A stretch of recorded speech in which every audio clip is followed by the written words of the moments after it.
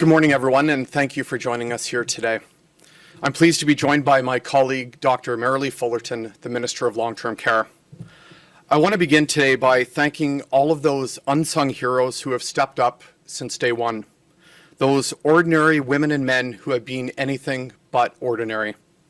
To the 500,000 construction workers building essential projects, the truck drivers, grocery store clerks, farm workers, cashiers, education assistants, to our healthcare workers, we thank you and owe you a debt of gratitude.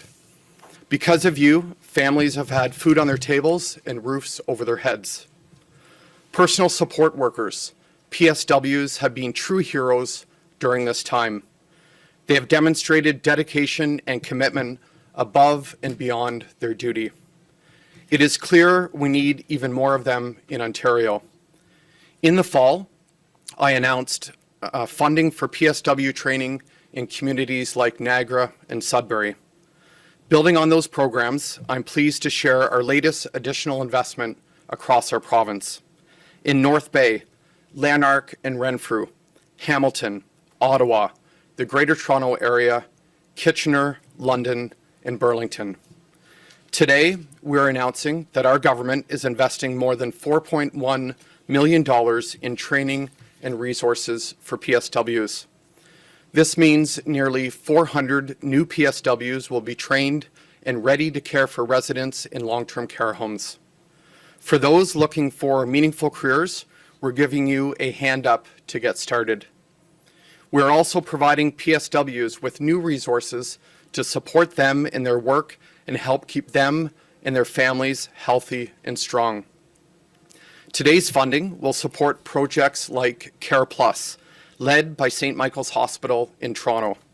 Care Plus is a toolkit to support PSWs. It includes infection prevention information and wellness resources. My ministry will continue to promote innovative programs that will help people find meaningful jobs to sustain them and their families long after COVID-19 is through. I want to give you an example of how training programs like the ones we're announcing today spread hope by connecting people with a rewarding career such as those as PSWs. I want to tell you about Roger. He is someone who had long careers in both the culinary and automotive fields, but was laid off in 2019. With the help of the Second Career Program, he was able to retrain as a PSW and graduated this year. Roger is now in a high-demand field. As a man, he feels he can offer a greater sense of comfort to male patients in particular, as well as others needing care. It may be tough to imagine right now, but someday this virus will be behind us. While we wait for that day to come, we must make sure our loved ones, especially those in long-term care homes, are well cared for and safe. I'd now like to turn it over to my colleague, Dr. Fullerton.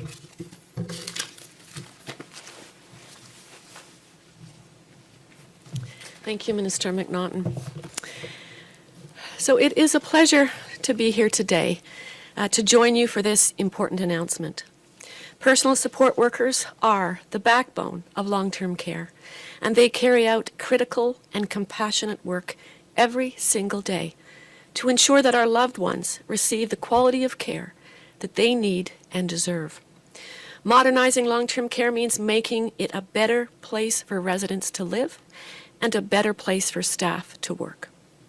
An important part of building a 21st century long-term care sector is ensuring that there are appropriate levels of well-trained staff to support and care for our loved ones, and that we are continually building capacity for the future.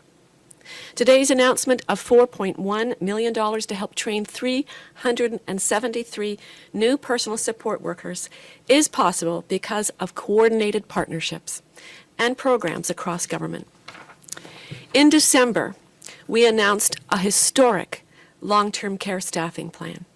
And when fully implemented, our plan will make Ontario a leader in Canada by providing residents with an average of 4 hours a day of direct care per resident. The program we are announcing today supports the training of PSWs in regions of the province that have been hardest hit by the pandemic, such as Ottawa and the Greater Toronto Area. As noted by Minister McNaughton, this investment will help more people move into a rewarding career as a PSW through the Skills Advance Ontario program and the Canada-Ontario Job Grant. And later this week, we will have much more to say about our plans to increase the number of PSWs across this province. Being a personal support worker is meaningful and rewarding and critical work. And when we talk about our frontline healthcare heroes, PSWs figure prominently among that distinguished group. Residents and their families repeatedly express how important PSWs are to them and their families. And during my years as a family physician, I cared for many residents and families, and I know the peace of mind that PSWs bring to families and residents. They are integral in the care provided in our long-term care homes and our residents. More than 120,000 PSWs work in Ontario today, including 50,000 in the long-term care sector. But the need for them is greater than it has ever been, especially as we begin adding more direct care for a growing seniors population. To those of you who may be considering training as a personal support worker, whether it's your first career, your second, or even your third, I strongly encourage you to apply. We need you, and our loved ones need you. It's an opportunity to make a real difference in the lives of vulnerable people. What our PSWs do matters. And I am so grateful for all of the work that our frontline healthcare heroes do each and every day.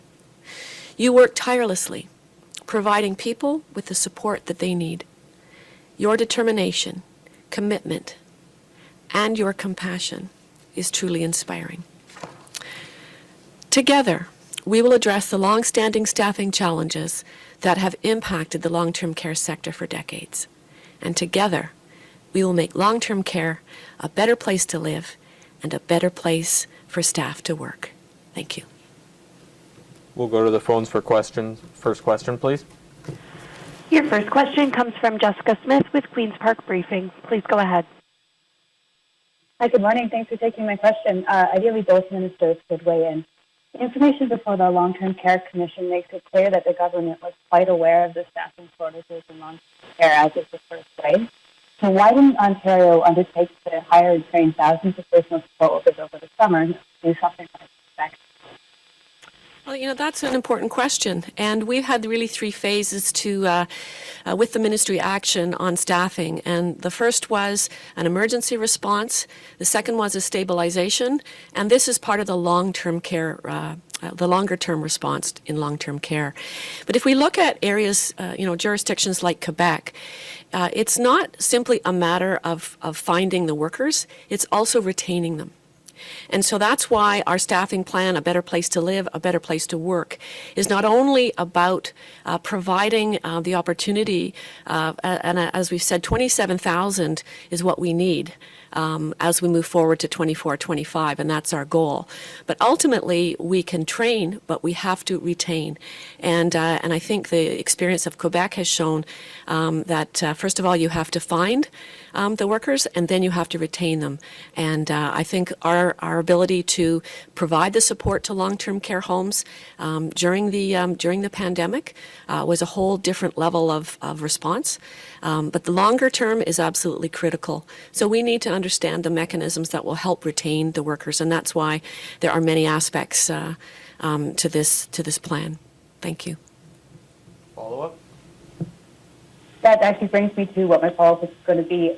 Can you elaborate on any plans to improve working conditions for PSWs in long-term care to help with retention Yeah, absolutely. So, if we look at really the capacity issue that we had leading into this, many years of neglect behind redesigning and redeveloping older homes and also building new capacity.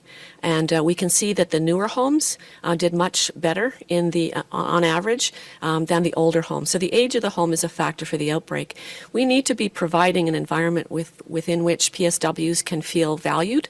And so that we can also talk about the temporary wage increase, making sure that they have the right physical infrastructure to work in. Then we look at the innovation, the potential for micro-credentialing, more teamwork, and also we have to speak of the accountability and the leadership and the governance in homes. And so all of this, so I want PSWs to know they really are part of a team, that this is very meaningful work, and that they are supported in this. But it's going to take all of those things to make long-term care better. Next question. Your next question comes from Mark Pear with 570 News Kitchener. Please go ahead. Good morning, everybody. I don't know who would be able to answer this, whichever one of you, of course. I was wondering if you could maybe go into specifics about some of the funding as it pertains to the Kitchener-Waterloo area. Yeah, thank you so much. We're really excited about this program. This is obviously one step to recruit more people to become PSWs. There's 8 projects that we're announcing today, including in the Kitchener area, nearly 400 new PSWs. This programming will upskill many workers as well as train new workers to become PSWs. The program length, in some cases, it's 20 weeks to upskill workers or 40 weeks to make new workers become PSWs. So we're really excited about this.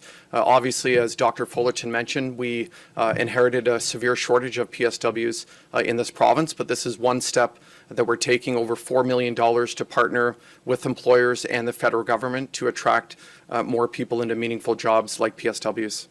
Follow-up? Is this something that's being done with, I guess, like Conestoga College, for example? I'm just looking at the press release here, and I'm seeing some of the other jurisdictions are working with, I guess, Canada College, for example. Mohawk College is also named in here. Yeah, in Kitchener specifically, we're working with ParaMed to hire 60 students to become PSWs and to prepare those students in the local community. There are so many opportunities in the field of healthcare, not just because of COVID-19, but even before. And we know as we come out of COVID-19, there are going to be many meaningful career opportunities available. That's why our government is working right across different ministries to prepare students for exciting and meaningful careers as PSWs. Next question. Your next question comes from Colin DeMello with CTV News. Please go ahead. Hi, good morning. My question is for Minister Fullerton. Minister, I'm just wondering about the vaccine rollout when it comes to long-term care. Has everyone who wanted to receive a vaccine received that vaccine now? Where are we in that grand scheme of things?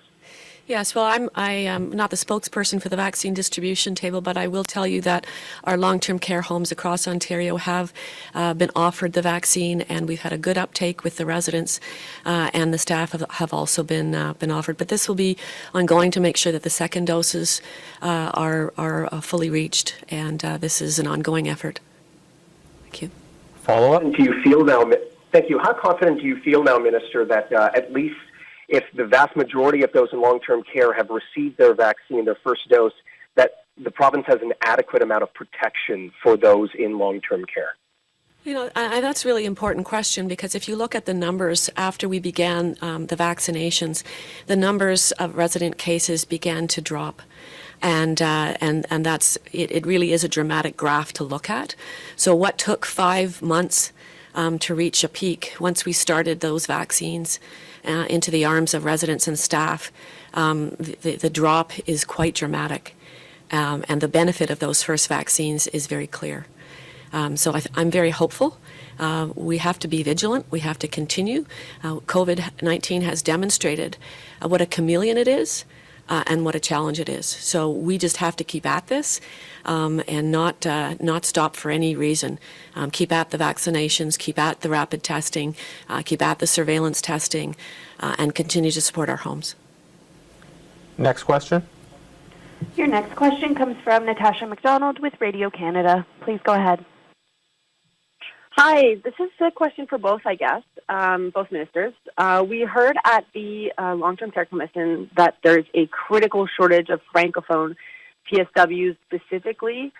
We know that this has direct negative impacts on the Francophone residents. I'm wondering how many of the 373 new PSWs will be trained in French.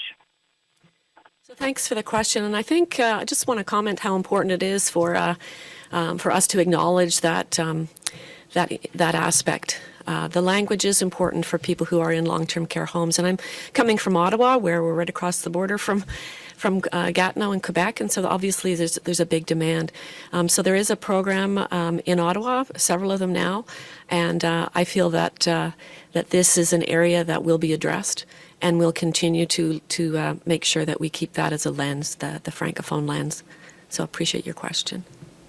Thank you. Follow-up? So if I understand correctly, none of the 373 will be trained in French. So is there a plan to address this in the future? And if so, when and how? I'll pass that to my colleague. Yeah, thank you so much. I referenced a training program that we introduced late last year to train PSWs in Sudbury and Niagara. Many of those 115 PSWs specifically in those two regions will be trained in Francophone. There's Francophone training for them. We know that there's a shortage. I can tell you one of the focuses of our second career program that we redesigned and relaunched in December has a focus on PSW training, specifically Francophone PSWs. This is a huge priority for our government, and we're going to continue to ensure that we're funding projects to train Francophone PSWs. Next question. Your next question comes from Allison Smith with Queen's Park Today. Please go ahead. Hi, ministers. Last fall, you guys launched a program to recruit resident support aides.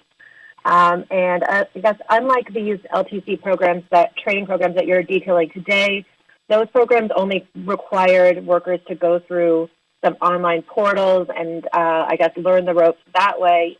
Yet they were going to be doing tasks sort of similar to what PSWs do, like feeding residents and changing linens. I wonder if you could give us an update on how many people have gone through this online program and whether or not there are people from that working in homes now.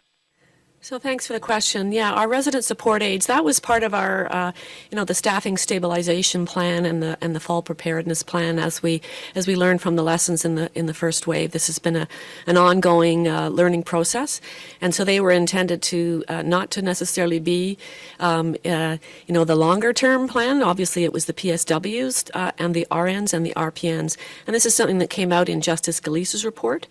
So the resident support aides are out and helping, and this is very positive. I think all of these pieces are part of the solution, but the longer term plan is the 27,000 new positions and PSWs, RNs, and RPNs.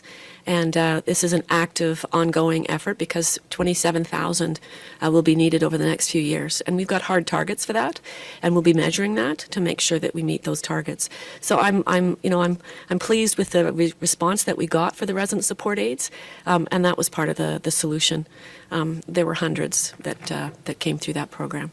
And again, during a pandemic, when you have to train people, you have to be innovative. You have to find ways to support the teams that are already in the homes, and the RSAs were part of that solution. Thank you. Follow-up? So are the RSAs receiving the top-up funding that you guys were providing to long-term care workers? And will there be any paths for them to enter these type of training programs that you detailed today? That's a really good question. And what we've seen is the career laddering is part of the solution to making sure that we allow staff in the long-term care sector to see the positions that they might be able to move to, so that we don't lose them to other sectors. So if there are training programs that are opening up, there's no reason why a resident support aide could not be part of a newer training program if that's what they wanted to do. Last question. Your final question comes from Heather Wright with The Independent. Please go ahead. Good morning, Ministers. Minister Fullerton, you said earlier in the announcement that there were 27,000 PSWs needed, but there was a report from the Ontario Health Coalition that says 80,000 were needed. Could you explain that, the difference? Well, I think, it also goes back to how many, we've seen the FAO report about how many spaces we need. We have a commitment from our government for 15,000 new long-term care spaces in 5 years and 30,000 in 10 years. And of course, we'll need the staff for that. We also need to be understanding the needs of an aging population and how we can help people stay at home longer. And that's why we had the community paramedicine program to be an integrated response to helping people be maintained in their home where most people actually want to be. So the growing population is something that many governments have known over the last decades, and our government is really the first to respond to that in a meaningful way, not only with innovation like the community paramedicine program, which has been very, very well received across the various locations in Ontario, but also to understand the staffing crises that was in Ontario before COVID hit. So we're going to need the capacity, we're going to need the staffing, we're going to need innovative programs, we're going to need to retain the workers that we do create, and I think that level of retention is going to go a long way to making sure that we are able to provide the care that we need to provide. Thank you. Follow-up? Minister, considering the crisis that you just outlined, are you lowballing your estimate for 27,000? Because, there are reports out that say 80. Well, I think it depends on how, what you're reporting on. 27,000 would allow us to get to 4 hours of direct care on average per resident per day, which would make Ontario a leader in Canada. And, the residents are increasingly with high acuity, high needs. And so this is something that obviously needs to be done. There's been many reports over the years on this, and our government is the first to address this. So will it be enough? I think it's going to take all the different measures that we're doing right now, whether it's the capacity building, the home programs, the community paramedicine programs, day programs, respite care. There's going to have to be many, many different solutions, and we will get to the 27,000 with our hard targets. That's our commitment, the 4 hours of direct care on average per day per resident. Thank you, everyone.